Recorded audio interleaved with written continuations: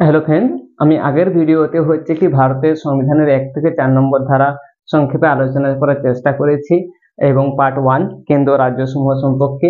আজকে হচ্ছে পার্ট 2 ভারতের নাগরিকতা সম্পর্কে আলোচনা করব, যেটা হচ্ছে সংবিধানের 5 থেকে 11 নম্বর ধারায় উল্লেখ করা হয়েছে। ওকে, তো হচ্ছে কি ভারতের নাগরিকতা নাগরিকতা নাগরিকতা 5 থেকে 11 নম্বর ধারা। ওকে, তাহলে হচ্ছে ভারতীয় সংবিধানের 5 থেকে 11 নম্বর ধারায় কি আছে হচ্ছে কি নাগরিকতা সম্পর্কে আলোচনা করা হয়েছে। ঠিক আছে, 5 নম্বর ধারায় আসবো। 5 নম্বর ধারা 5 নম্বর ধারায় কি বলা হয়েছে যে নাগরিক, যে আমি একজন ভারতীয় যে নাগরিক, তুমি একজন যে ভারতীয় নাগরিক, সেই নাগরিক হওয়ার কিছু কন্ডিশন রেখেছে। তার মধ্যে যে বেসিক কন্ডিশন, প্রথম যদি বলি যে ভারতে জন্মগ্রহণ করতে হবে। এই যদি 5-এর যদি 1 নম্বর দেখি তাহলে ভারতে জন্মগ্রহণ করতে হবে, সিম্পল। হ্যাঁ না, ভারতে জন্মগ্রহণ করতে হবে। ভারতে যদি জন্মগ্রহণ করে থাকে সে ভারতের নাগরিকের দরজা পাবে। কিংবা যদি হয়েছে কি, দেখো এর মধ্যে আবার সমালোচনা কন্ডিশন আছে আরো, শুধু সিম্পল জেনে রাখো ভারতে জন্মগ্রহণ করতে হবে। 2 নম্বর কন্ডিশন না হচ্ছে কি যে ব্যক্তিকে নাগরিক বলা হচ্ছে ভারতীয় নাগরিক, তার মাতা পিতা, যেমন আমার মাতা পিতা হচ্ছে কি হয় দুজনকে ভারতীয় নাগরিক হতে হবে, কিংবা দুজনের মধ্যে যে কোনো একজনকে হচ্ছে কি অবশ্যই কি হতে হবে, ভারতীয় নাগরিক হতে হবে। তাই এটা লিখছি না। 3 নম্বর বিষয়টা হচ্ছে কি যে 1945 সালের আগে থেকে যারা ভারতে বসবাস করছে তারা অটোমেটিক ভারতের নাগরিক হিসেবে গণ্য হবে। সালটা কত? 1945। তাহলে এটা হচ্ছে কি 1 নম্বর যে 5 নম্বর ধারায় আছে যে ভারতীয় নাগরিক হতে গেলে যে বেসিক বৈশিষ্ট্যগুলো লাগবে, তার মধ্যে এগুলো: ভারতে জন্মগ্রহণ করতে হবে, মাতা পিতা উভয়ই বা উভয়ের মধ্যে যে কোনো একজনকে ভারতীয় নাগরিক হতে হবে, তবেই তার সন্তান ভারতীয় নাগরিক দরজা পাবে, এবং 1945 সাল থেকে হচ্ছে কি ভারতে বসবাস করতে হবে। ঠিক আছে, এ হচ্ছে কি 5 নম্বর ধারা। 6 নম্বর ধারায় কি বিষয়টা বলা হয়েছে না, 6 নম্বর ধারায় যেটা বলা হয়েছে কি, ধরো একটা তারিখ দেওয়া হয়েছে, এই তারিখটা মনে রাখতে হবে। হ্যাঁ না, এটা পরীক্ষাতে খুব ইম্পর্টেন্ট, তারিখটা ডেট জানতে পারে। 19শে জুলাই, হ্যাঁ না, 19শে জুলাই 1948 সাল। ঠিক আছে, 19শে জুলাই 1948 সালে। ঠিক আছে, যারা হচ্ছে কি মানে এই 6 নম্বর ধারাটা বিশেষ করে হচ্ছে কি পাকিস্তানের জন্য, পাকিস্তানের যারা নাগরিক তাদের জন্য। কিভাবে বলা হচ্ছে দেখো, জিনিসটা বুঝবে না। হচ্ছে কি যারা হচ্ছে কি মানে 1948 সালের 19শে জুলাই যারা ভারতে ফিরে এসেছে। ঠিক আছে, কারণ আমাদের সংবিধান কার্যকরী হয়েছে 1950 সালের 26শে জানুয়ারি, তাই না? 1950 সালের 26শে জানুয়ারি কার্য হয়েছে। যদি 1950 সালের 26শে জানুয়ারি, তাই না, 26শে জানুয়ারি হয়েছে, তাই না? তাহলে হচ্ছে কি বলছে 19শে জুলাই 1948 সালে যারা পাকিস্তানের থেকে যে সমস্ত নাগরিক ভারতে এসেছে, যদি এই তারিখটা 19শে জুলাই, বারবার বলছি 19শে জুলাই, যারা 1948 সালে যারা ফিরে এসেছে তারা ভারতের নাগরিকের দরজা পাবে। ঠিক আছে, 6 নম্বর ধারায় বলা হয়েছে। এবারে ধরো যদি কেউ 20শে জুলাই এলো, 20 জুলাই এলো, তাহলে সে হচ্ছে কি ভারতের নাগরিক দরজা পাবে না এই 1948 সালে। তাকে হচ্ছে কি আরো 6 মাস ভারতে থাকতে হবে সাধারণ নাগরিক হিসেবে। তারপর যে ভারতীয় নাগরিকতার যে রেজিস্ট্রেশন ফর্ম ফিল আপ আছে, মানে রেজিস্ট্রেশন ফর্ম আছে, তা ফিল আপ করতে হবে। ঠিক আছে, তারপর যে শর্ত আছে সেটা হচ্ছে সে পরিপূর্ণ করলে তবেই সে ভারতের নাগরিকতা দরজা পাবে। তাহলে 19শে জুলাই 1948 সাল থেকে। ওকে, এটা হচ্ছে 6 নম্বর ধারায়।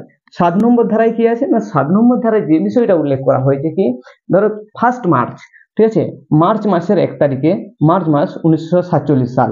ঠিক আছে, এই 1947 সালের মার্চ মাসের 1 তারিখে, ঠিক আছে, এই যে সময়টাতে যারা ভারত ছেড়ে চলে গেছে পাকিস্তান, ঠিক আছে, যারা ভারত ছেড়ে পাকিস্তান চলে গেছে, ঠিক আছে, তারা হচ্ছে কি ভারতের নাগরিকতার দরজা পাবে না। কি বললাম? 1 মার্চ 1947, ঠিক আছে, এরপর যারা হচ্ছে কি পাকিস্তান চলে গেছে ছেড়ে, ভারত ছেড়ে, ঠিক আছে, তো হচ্ছে তারা কি পাবে না, নাগরিকতার দরজা পাবে না। কিন্তু 6 নম্বর ধারায় কি বলেছে যে 19শে জুলাই 1948 সালে যদি ফিরে আসে তারা হচ্ছে কি নাগরিকতার দরজা পাবে, এবং যদি 20শে জুলাই হয় তাহলে 6 মাস থাকতে হবে, তারপর হচ্ছে কি রেজিস্ট্রেশনের মাধ্যমে দরজা পাবে। তাহলে বিষয়টা এরকম একটা কেমন হচ্ছে না যে 1 মাস চলে যাচ্ছে 1947, তাদের নাগরিকতা থাকছে না, আবার চলে আসছে। কারণ হচ্ছে কি সেই সময় একটা হচ্ছে ভারতের বিভাজন হয়েছে, তাদের অনেকে হচ্ছে কি মানে ভারত ছেড়ে পাকিস্তান গেছে, পাকিস্তান থেকে ভারতে এসেছে, এমন তো হচ্ছে দুভাগ হয়েছে। তো হচ্ছে কি অনেকে মনে হচ্ছে যে চলে গেছে, তো পাকিস্তান চলে গেছে তারপর থেকেছে, দেখো টাইম পিরিয়ডটা কত দেখাচ্ছে, 1 মাস 1947, এটা 1948, প্রায় 7-8 মাস বা 1 বছরের মতো ডিফারেন্স দেখাচ্ছে। তাহলে এই সময় যে মনে হয়েছে যে আমি ওখানে থাকতে পারবো না, অসুবিধা মনে হয়েছে, সে যদি চলে আসতে চায় তার জন্য হচ্ছে 6 নম্বর আর্টিকেলে বলেই দেওয়া হয়েছে 19শে জুলাই 1948 যদি ফিরে আসে সে ভারতের নাগরিকের দরজা পাবে। 20শে জুলাই এলে তাকে আরো 6 মাস থাকতে হবে। আর যদি 1 মার্চ যদি চলে যায় 7 নম্বর ধারায় স্যার হচ্ছে নাগরিকতা ভারতের থাকবে না, এটা হচ্ছে 7 নম্বর ধারায়। আবার ফিরে আসার কথাও রেখেছে 6 এবং 7 নম্বর ধারা। ঠিক আছে, অত ইম্পর্টেন্ট নেই বাট ইম্পর্টেন্ট। এবার বিষয়টা হচ্ছে তাহলে 5 হলো, 6 হলো, 7 হলো। এবারে যদি দেখি 8 নম্বর ধারা, 8 নম্বর ধারায় কি বলা হয়েছে, দেখো 8 নম্বর ধারা, 8 নম্বর ধারাতে কি বলা হয়েছে একটা জিনিসটা ভাবো, আমি জাস্ট বলছি যে হচ্ছে কি ভারতে যে 8 নম্বর ধারাটা সেই সমস্ত মানুষের জন্য যারা ভারতে জন্মগ্রহণ করেছে। ঠিক আছে, ভারতে জন্মগ্রহণ করেছে কিন্তু দেশ স্বাধীন হওয়ার আগে, ঠিক আছে ভারতেই জন্মগ্রহণ করেছে, কিন্তু হচ্ছে কি দেশ স্বাধীন হওয়ার আগে তারা হচ্ছে সেই সময় ব্রিটিশ শাসন করেছে। তো হচ্ছে কি বহু মানুষকে হচ্ছে কি তাদেরকে জোরপূর্বক হচ্ছে কি বা চাপে পড়ে বিভিন্ন দেশে চলে গেছে। ঠিক আছে, বিভিন্ন দেশে চলে গেছে। তাহলে ধরো তারা তো ভারতের নাগরিকই ছিল, হ্যাঁ না, তারা ভারতের নাগরিকই ছিল, তাই যেহেতু চাপে পড়ে ব্রিটিশ সাম্রাজ্যের চাপে পড়ে হচ্ছে তাদের অন্য দেশে যেয়ে কাজ করতে হচ্ছে, হ্যাঁ না, বিভিন্ন ভাবে। তাহলে হচ্ছে যখন দেশ স্বাধীন হবে তাহলে তারা কি ভারতের নাগরিকের দরজা পাবে না? তার জন্য হচ্ছে কি যারা সংবিধান লিখেছে খুব সুন্দরভাবে তাদের কথাও ভেবে রেখেছে যাতে তারাও ভারতের নাগরিকের দরজা পায়। তার জন্য 8 নম্বর ধারায় সেই সমস্ত মানুষের নাগরিকের দরজা দেওয়া হয়েছে। ওদের জন্য হচ্ছে কি তাদের জন্য দরজা ওপেন রাখা হয়েছে, এই 8 নম্বর ধারায় উল্লেখ করা হয়েছে। 9 নম্বর ধারায় কি বলা হয়েছে, 9 নম্বর ধারায় এটাই বলা হয়েছে যদি কোনো নাগরিক ভারতের নাগরিকতা ছেড়ে অন্য দেশের নাগরিকতা গ্রহণ করে, ঠিক আছে, সে ইন্ডিয়ায় জন্মগ্রহণ করেছে সব কন্ডিশনই আছে, কিন্তু হচ্ছে কি অন্য দেশে হয়তো কি হচ্ছে কি ধর ভারতে জন্মগ্রহণ করেছে সব কন্ডিশন ঠিক আছে কোনো বাদ নেই, কিন্তু সে ধরো আমেরিকা বা ইংল্যান্ড যে কোনো দেশের হচ্ছে নাগরিকতা গ্রহণ করলো, যদি নাগরিকতা গ্রহণ করে তাহলে হচ্ছে ভারতের যে নাগরিকতা সেই নাগরিকতা 9 নম্বর ধারা অনুযায়ী কি যাবে, বাদ যাবে। কারণ আমাদের দেশে হচ্ছে দ্বিতীয় মানে দ্বি-নাগরিকতা নেই, যে হচ্ছে কি দ্বি-নাগরিকতা বলছে মানে দুটো নাগরিকতা স্বীকার করা হয় না, যে ইন্ডিয়ারও নাগরিকতা রাখবে বা অন্য দেশেরও নাগরিকতা একসঙ্গে থাকবে সেটা বিষয়টা না। তাই 9 নম্বর ধারায় যদি কোন নাগরিক যদি হচ্ছে অন্য দেশের নাগরিকতা গ্রহণ করে তাহলে ভারতীয় যে নাগরিকতা সেটা হারাবে, এটা 9 নম্বর ধারায় বলা হয়েছে। 10 নম্বর ধারায় কি বলা হয়েছে না হচ্ছে নাগরিকতা থাকবে, বজায় থাকবে। 10 নম্বর ধারায় কি বলেছে, 10 নম্বর ধারায় 10 নম্বর ধারায় কি বলা হয়েছে, 10 নম্বর ধারায় যেটা বলা হয়েছে কি নাগরিকতা বজায় থাকবে, নাগরিকতা কি থাকবে, বজায় থাকবে। একবার যদি কেউ নাগরিক পর্যায়ে মর্যাদা পেয়ে যায় ভারতে, হ্যাঁ না, সে তার নাগরিকতা কি থাকবে, বজায় থাকবে, কেউ নাগরিকতা কেড়ে নিতে পারবে না।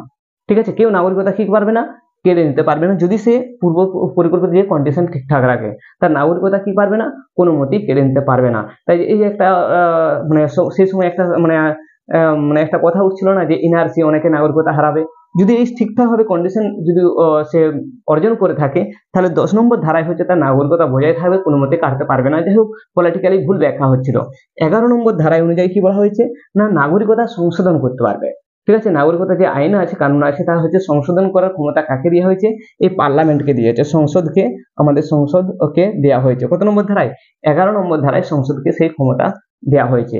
ঠিক আছে, সে হচ্ছে সময় সময় হচ্ছে নাগরিকতা আইন পাস করবে, ওই জন্য বিভিন্ন আইন দেখবে আছে, এই বেসিসে 11 নম্বর ধারার বেসিসে করে। ঠিক আছে, যে আইন সম্পর্কে যে নাগরিকতা যখনই আসে তখন এই 11 নম্বর ধারা অনুযায়ী আমাদের পার্লামেন্ট আইন করে। ঠিক আছে, বিভিন্ন যে সমস্ত আইন এ ধারা করে। তাহলে যাই হোক ভারতের যে নাগরিকতা যে এটা হচ্ছে পার্ট 2 ভাগ দ্বিতীয়, পার্ট 2 হ্যাঁ না, পার্ট 2 ভাগ দ্বিতীয় তে এই বিষয়টা হচ্ছে 5 থেকে 11 নম্বর ধারার মধ্যে নাগরিকতা সম্পর্কে আলোচনা করা হয়েছে। এর সংক্ষেপে আলোচনা করার চেষ্টা করলাম, জানি না বুঝাতে পারলাম কিনা, যদি না বুঝতে পারো দ্বিতীয়বার দেখবে তার হচ্ছে কি জিনিসটা ক্লিয়ার হয়ে যাবে। পরবর্তী ভিডিওতে হচ্ছে কি ভারতের যে হচ্ছে কি যে মৌলিক অধিকার সে সম্পর্কে আলোচনা করব পার্ট পার্ট করে, যাতে হচ্ছে কি বুঝে ওঠা যায়। তো আজকে এই পর্যন্তই, অন্য কোনো ভিডিওতে আবার দেখা হবে। ওকে।